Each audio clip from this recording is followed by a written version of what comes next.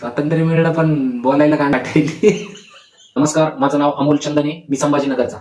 रोहित पवार ऐका, जर अजित पवार माझा चुलता असता तर मी काय केलं असतं हे सांगतोय तुम्हाला. सगळ्यात पहिले तर ज्या माणसावर मला संशय आहे त्या माणसाची पब्लिकली मी नार्को टेस्ट करा म्हणून मागणी केली असती.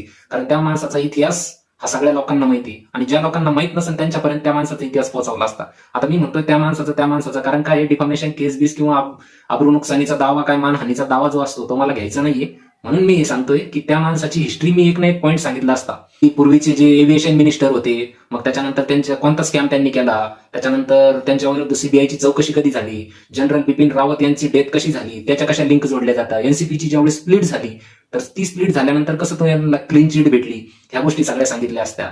त्याच्यानंतर अहमदाबाद फ्लाईट क्रॅशचा मुद्दा सांगितला असता. हे जेव्हा तुम्ही कार्यकर्त्यांपर्यंत एक ना एक गोष्ट पोहोचवशाल त्या टायमाला कार्यकर्त्यांना कळेल की खरंच अजितदादा सोबत काहीतरी वाईट झालंय. नुसते हे असे पॉलिटिकल आरोप करून काहीच होणार नाहीये. यासाठी तुम्हाला एकदम कन्स्ट्रक्टिव्ह आणि एकदम कार्यकर्त्यांपर्यंत पोहोचणारे असे आरोप करावे लागतील, तेव्हा तो माणूस झोपेतून खाडकन उठून जागा होईल. नुसतं असं हे साधे साधे आरोप करून काय कोणाविषयी बोलताय, काय बोलताय, उगाच नुसतं कन्फ्युज करत चाललेले. नेमकं घ्या की त्या माणसाचं नाव, तुम्हाला काय अडचण आहे. अजितदादा जर माझा असताना भाई चुलता तर मी पहिले तर 1000 पोरायला जागा केलं असतं आणि त्यांना म्हणलं असतं आपल्याला असं असं सीन करायचं आहे म्हणून. एवढं काय घाबरायचं. अजितदादा कोण होते माहिती का तुम्हाला? सहज वाटतंय का ह्या गोष्टी? तुम्ही एवढ्या मोठ्या फॅमिलीतून बिलॉंग करता, तुमच्या फॅमिलीतल्या कोणत्या तरी माणसाची अशी शासन डेथ होते आणि तुम्ही फक्त हे साधे दररोज प्रेस घेणार, काहीतरी सांगणार वगैरे, असं नाही चालणार. तुम्हाला त्या माणसावर बोट ठेवावं लागेल, पॉईंट आउट करावं लागेल की ह्या माणसाने घडून आणलंय, किंवा मग बाबा मला माहिती याचे कोर्टाकडून होणारे रिप्रकशन वाईट असतात म्हणून तुम्ही सांभाळून बोलत असतील वगैरे वगैरे. पण माझं म्हणणं आहे नार्को टेस्टची मागणी करा ना, काय अडचण आहे. तुम्ही म्हणा संबंधित माणसाची नार्को टेस्ट केली जावी म्हणून, अशी अशी त्यांची पास्ट हिस्ट्री, असा आम्हाला संशय वाटतो. बाकी मानहानीचं काही नाही, आम्हाला त्यांची आबरू नाही घालायची. त्यांनी पारदर्शीपणासाठी नार्को टेस्टला सामोरं जावं. दूध का दूध आणि पाणी का पाणी होऊन जाईल. मग माझ्यासारखे बी शांत बसून जातील की बाबा असं काही नाही झालं, अजितदादांचा खरंच अपघात झालेला म्हणून. हे किती दिवस जिवंत ठेवायचं, या असं अपघात आहे की घातपात आहे, अपघात आहे की घातपात आहे. लोकांना अजून पण वाटतंय की अजितदादा परत येते. अजून पण लोक विचार करताय की अजितदादा, जेव्हा अजितदादा जिवंत होते तोपर्यंत माझ्या सारख्याला सुद्धा नाही कळले की अजितदादाची किंमत काय होती. पण अजितदादा गेल्यानंतर आणि ज्या पद्धतीने गेले त्याच्यानंतर खूप काही गोष्टी संशयास्पद वाटतात. ज्या भाजपला महाराष्ट्रामध्ये एक हत्ती सत्ता आणण्यासाठी 2-2 पक्ष फोडावं लागले, मोठ्या मोठ्या नेत्यांचे 2-2 पक्ष फोडावे लागले, तरी ते एक हाती सत्तेचं गणित जुळत नाहीये. मग अशा टायमाला अजितदादाच्या जाण्यानं जर त्यांचा मार्ग मोकळा झालाय तर त्यांचं कोणी आहे का बाबा सहभागी.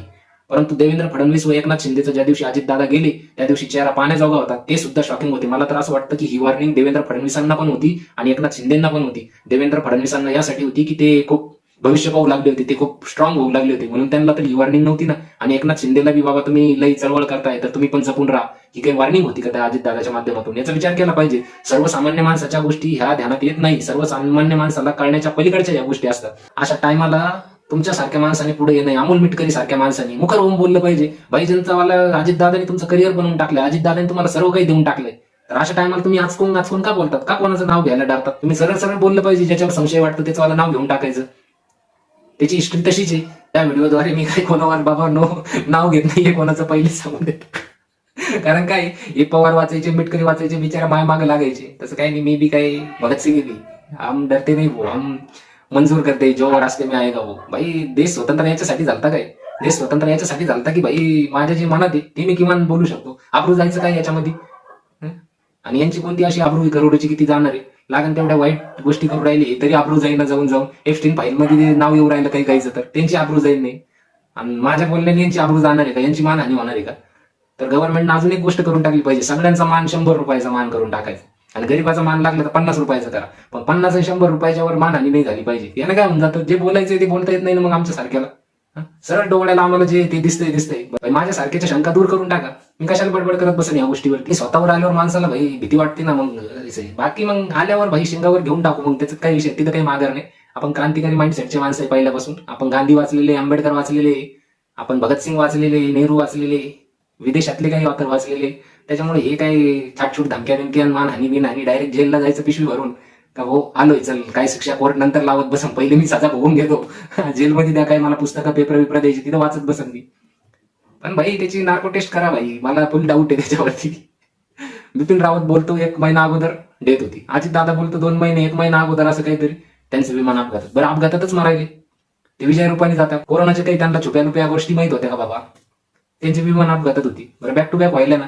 आणि कोणत्या तरी अशा लॉबीच्या सराउंडिंगचे लोक दिसून येते ना का बाबा त्यांना पदावरून दूर केलं, किंवा बाबा जे पदावर बसलेले परंतु विरोधात चाललेले असेच लोक आहे.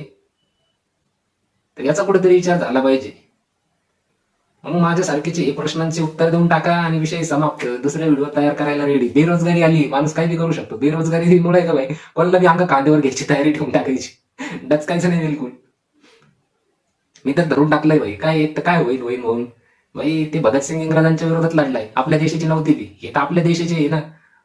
थोडी मापच सजा देते. काय म्हणा मग काय नाही भाई. स्वातंत्र्य मिळलं पण बोलायला कांड फाटेली. असलं काही झालं. हे काय ब्रिटिशांचं राज आहे का भाई. बोलता आलं पाहिजे माणसाला जे मनात येते. हा काही बोललं की जेलमध्ये टाकून राहिले. कोणतं एन्व्हायरमेंटचा ऍक्टिव्हिस्ट आहे, सोनम वांगचुकला जेलमध्ये टाकून दिलं. काय म्हणे एन्व्हायरमेंटसाठी लढतोय, आणि कोणासाठी म्हणते अदानीसाठी. अरे भाई थोडं चिल पिल रिलॅक्स राहू द्या भाई. बोल द्या आम्हाला काहीतरी. बोलल्याने कसं लोक बी तयार होते. देशाचा असा मोमेंटम राहायला पाहिजे. गुलामाची फौज, भक्तांची फौज बनवून काय करायचंय.